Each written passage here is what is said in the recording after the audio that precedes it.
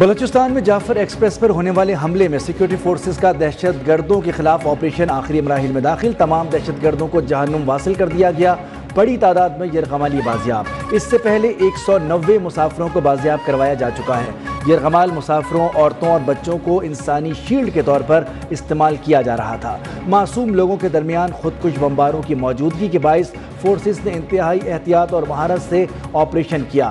دہشت گردوں کے تانے بانے افغانستان سے جا ملے، پڑوسی ملک میں اپنے سہولت کاروں سے رابطے میں رہے۔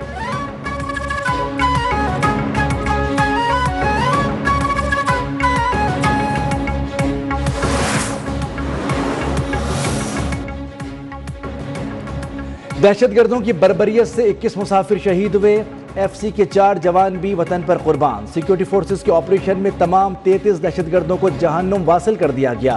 دہشت گرد مسافروں کو ڈھال کے طور پر استعمال کر رہے تھے۔ دہشت گرد افغانستان سے رابطے میں تھے۔ D G I S P R lieutenant general Ahmed Sharif Chaudhry کا کہنا ہے کہ ریلوے حکام کے مطابق جعفر ایکسپریس میں 440 افراد موجود تھے۔ ریلوے ٹریک کو دھماکے سے اڑا کر جعفر ایکسپریس کو روکا گیا۔ پاکستان ایئر فورس نے بھی پروفیشنل طریقے سے آپریشن میں حصہ لیا۔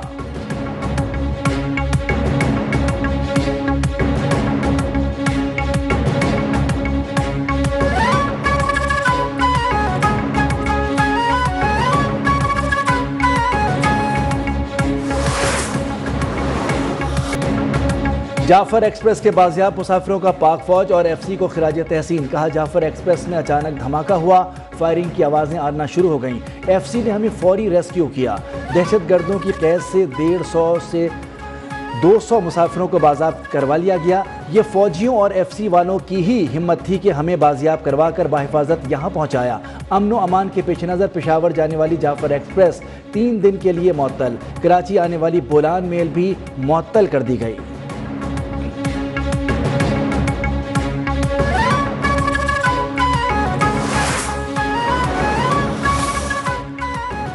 وزیراعظم شہباز شریف کا کل کوئٹہ کے 1 روزہ دورے کا امکان۔ امن و امان کی صورتحال پر اجلاس کی صدارت کریں گے۔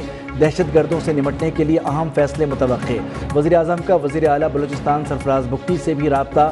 کہا پوری قوم اس بزدلانہ حملے اور معصوم جانوں کے ضیاع پر صدمے میں ہے۔ بزدلانہ حملے پاکستان کے امن کے عزم کو متزلزل نہیں کر سکتے۔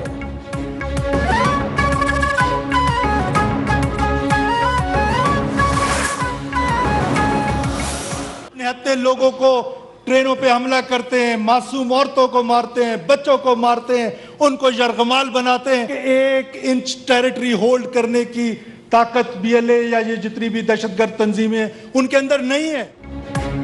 مسافروں کو یرغمال بنانا بربریت ہے۔ کون سے حقوق ہیں جو پارلیمنٹ نے بلوچستان کو نہیں دیے؟ دہشت گردوں کے خلاف لڑائی کو سمجھنے کی ضرورت ہے۔ ہم تیار ہیں، آئیں بیٹھیں بات کریں۔ وزیر اعلیٰ بلوچستان سرفراز بگٹی کا اسمبلی اجلاس میں اظہار خیال، بولے کالعدم بی ایل اے بندوق کے زور پر اپنا نظریہ مسلط کرنا چاہتی ہے۔ کیا ہم بی ایل اے کو اپنا نظریہ مسلط کرنے کی اجازت دیں گے؟ معصوم لوگوں کو قتل کرنے والوں کو کسی صورت معاف نہیں کریں گے۔ امن و امان سے متعلق اجلاس میں بھی دہشت گردوں اور سہولت کاروں کے خلاف سخت کارروائی کا فیصلہ۔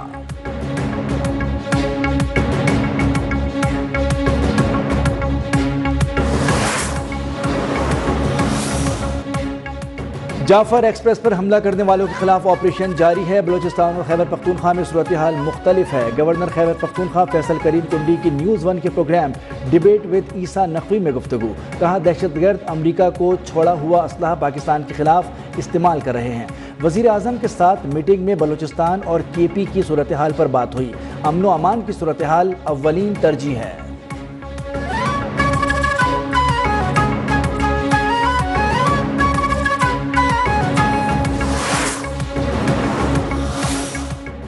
صدر مملکت آصف علی زرداری اور وزیر اعظم شہباز شریف کی جعفر ایکسپریس پر دہشت گردوں کے حملے کی شدید مذمت۔ سیکیورٹی فورسز کی جانب سے مؤثر کارروائی پر خراج تحسین پیش۔